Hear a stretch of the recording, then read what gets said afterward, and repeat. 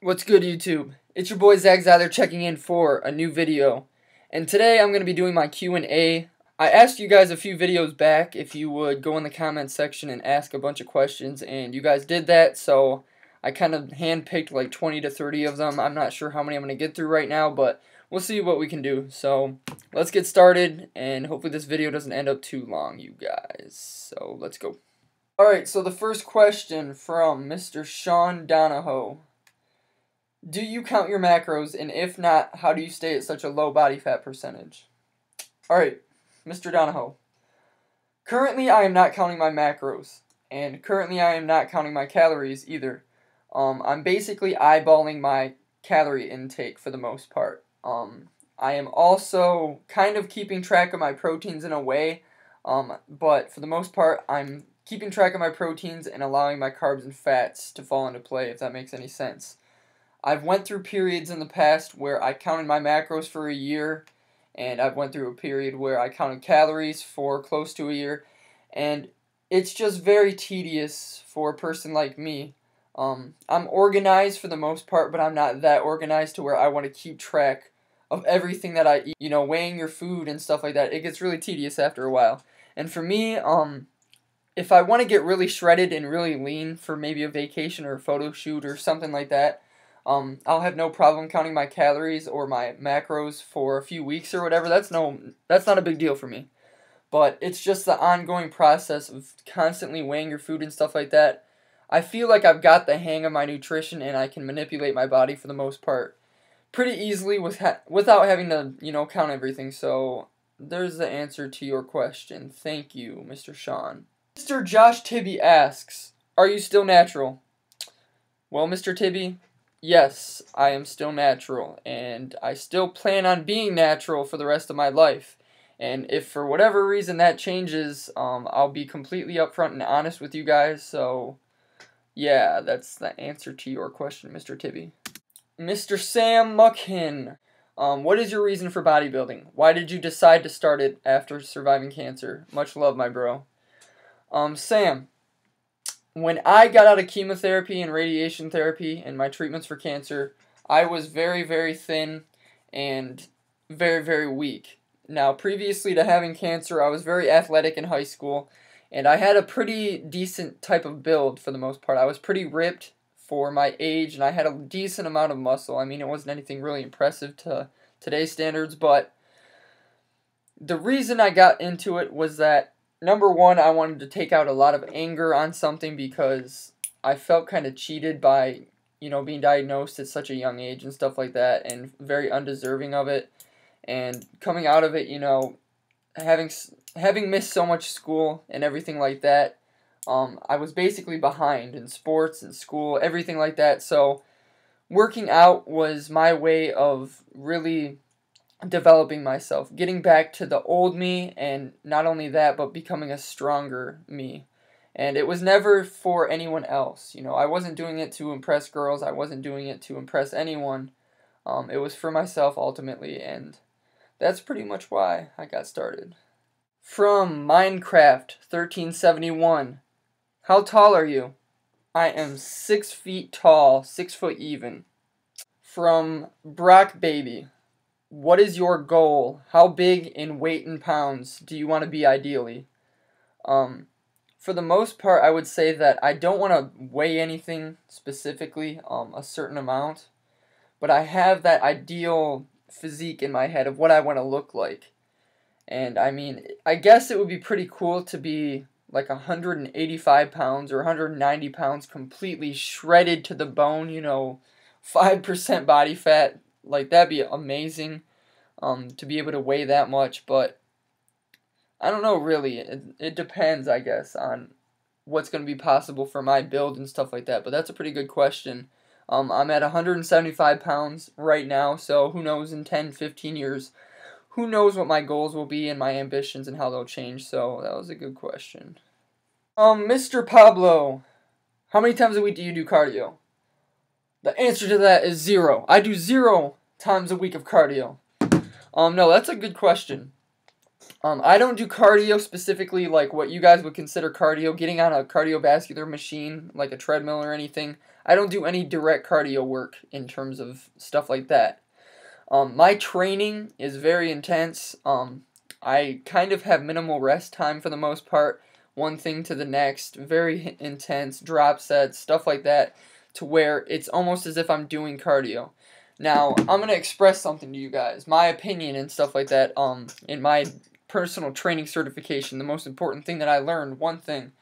For those of you who want to lose weight, and you guys use the cardio machines as your means of like losing weight, I disagree with that completely. Cardio is meant to work the most important muscle group in your body, or the most important muscle, I should say, and that is your heart.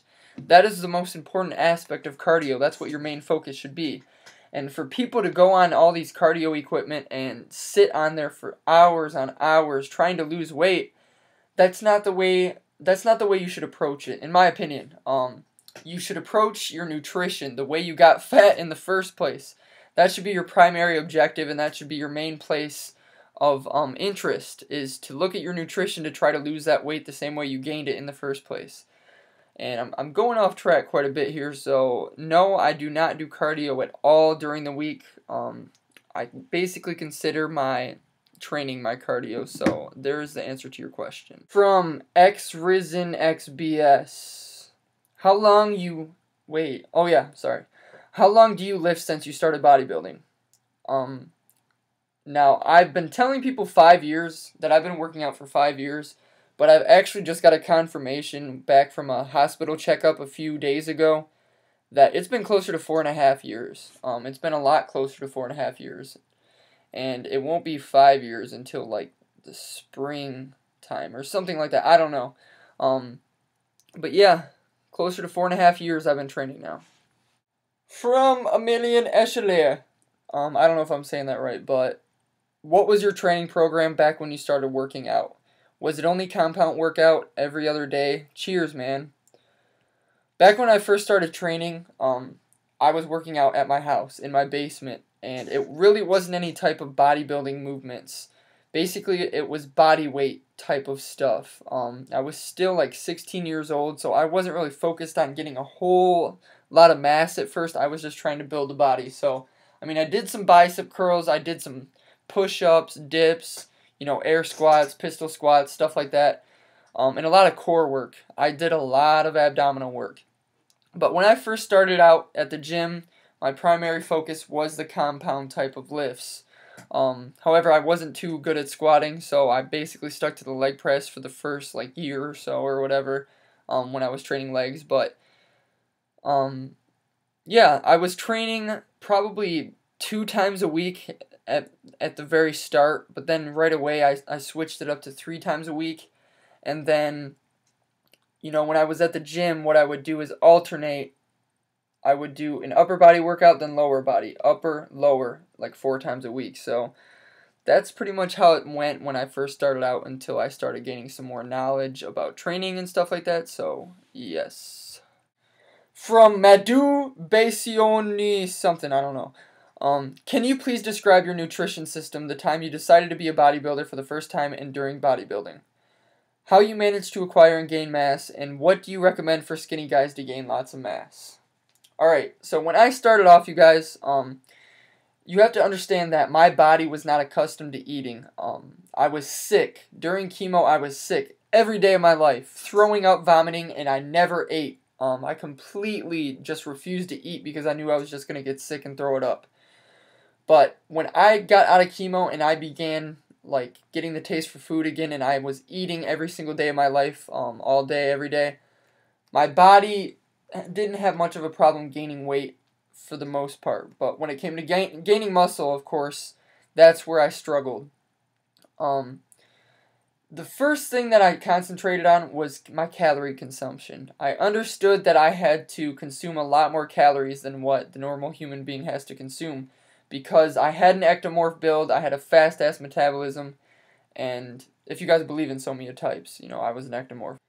But the main thing that I focused on was eating more food. Regardless of what anyone says, you see people all the time and hear people say, oh my gosh, I eat like a horse, I eat so much food throughout the day. But in reality, a lot of the time what they mean is that they eat a lot in one sitting, and they only eat twice a day, but in those 2 times a day they eat a bunch of food, and that's how it was for me. So what I kind of did, what I chose to do was break my meals up throughout the day and consume many more meals, smaller portion throughout the day, as opposed to just eating like a hog 2 or 3 times a day.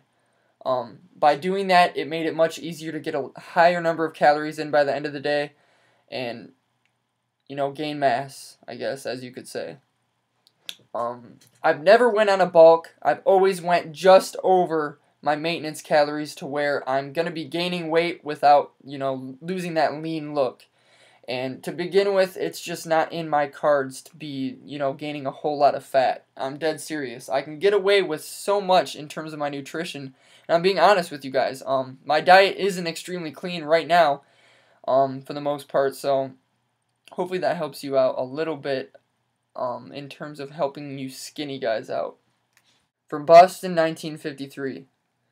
Has surviving cancer changed your view of life at all? Or have you always had a positive view? I wouldn't say that I ever had a negative view of life, I guess, for the most part, but going through chemotherapy and just being treated with cancer, it really opens your eyes to the reality of what's possible in life. It was a big setback, but what has come out of it and the lessons that I have instilled within myself as a result of going through it, I don't want to say I'm glad it happened, but I am thankful that things went down the way they went. So I guess it has changed my view quite a bit, to answer your question. Mr. Franklin P. 20 years old at 5'10", lifting 1.5 years, uneven traps. How the fuck can I even my left trap out?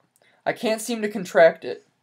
It's like I can't connect with the muscle without the mind. Wait a second. It's like I can't connect with the muscle without the mind-muscle connection. It's been deprived for a while and my right side dominates, making me look one-sided. What can I do? Thanks, Zach. Mr. Frank.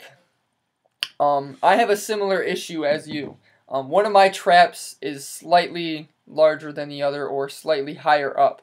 But in my case, I have scoliosis. A bend in my spine to where it's more of an integrity type thing. When I walk around, many people with scoliosis, when they walk around like this. One side of their shoulder is higher up than the other. But I have tried to fix it for the most part, my posture and everything like that, and it's become less of a big deal to me as what it was a few years ago, to the point where it's evened out and I don't have a problem with it. But your case may be completely different. You may just have a smaller trap on one side, not making fun of you, but one thing you can do is use dumbbells to shrug with instead of a barbell. With the dumbbells, you're going to have that isolated contraction on each side, whereas with the barbell, you're kind of stuck in a fixed position. And by isolating each side individually, you may be seeing better results, and you may see that one trap develop easier. I've heard of people doing crazy things like putting 100 pounds in this arm, and the smaller arm or whatever, they put like 150 or whatever.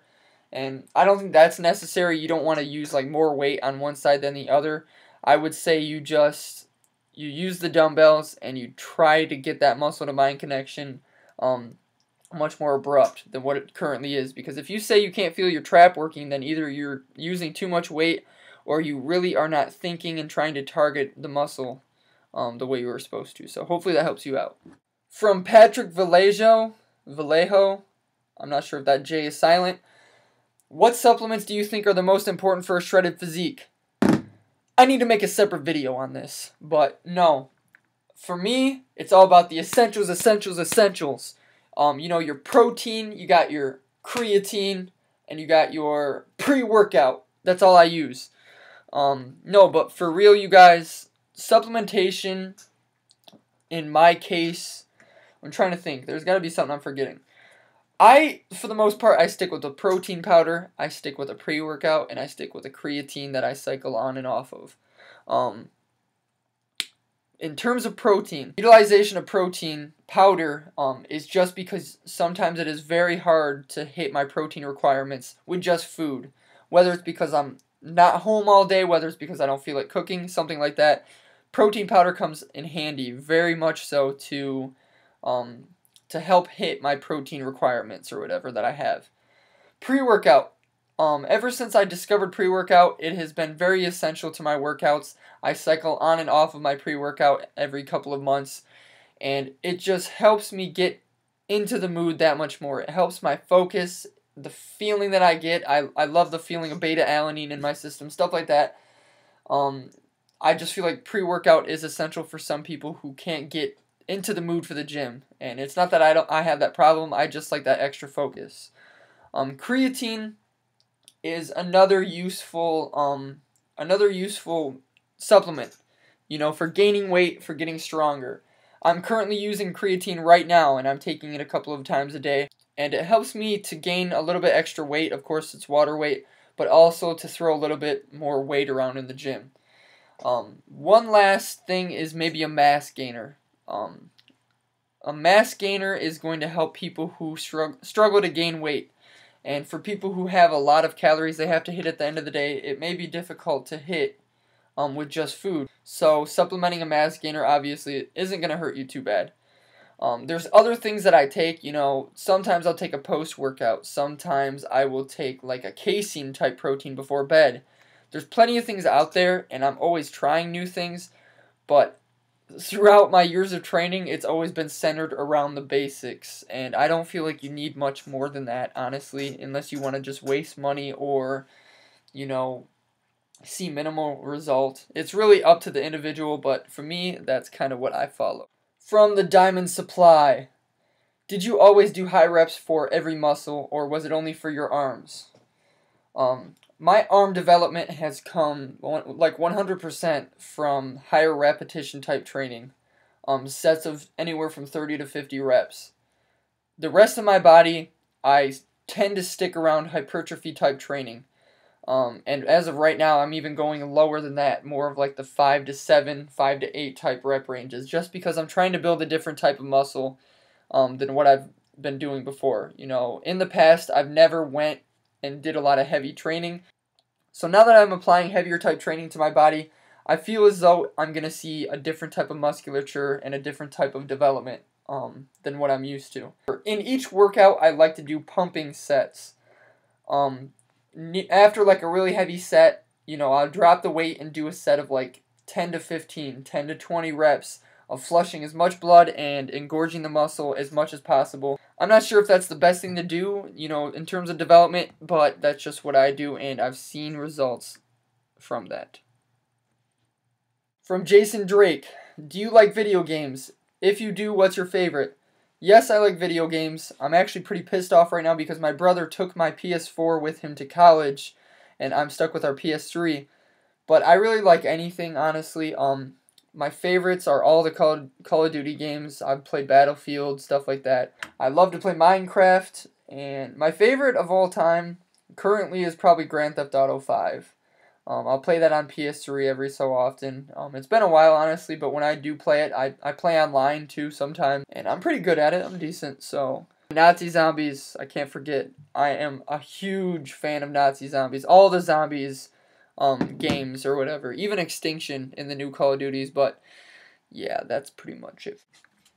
Well, that's pretty much going to wrap it up for this video, you guys. I'm not sure how many questions I went through, but I am getting pretty tired, and this is probably going to be around 20 minutes long, and I don't know, I'll probably go through that same video I had you guys ask questions in and take some more of those exact questions before I make a new video asking for new questions, because there was like over 400 or something in that video, so yeah, I'll go grab some more, and I'll make a new Q&A video here in a few weeks or so. So, yeah, that's pretty much it, you guys. Thank you for tuning in. Thank you for asking the questions. It's always fun, doing stuff like this. So, until next time, I'll be uploading training videos. I have some more plans for this week and stuff like that in terms of uploads. So, I love you guys so much. Thank you for watching again, and until next time, peace out.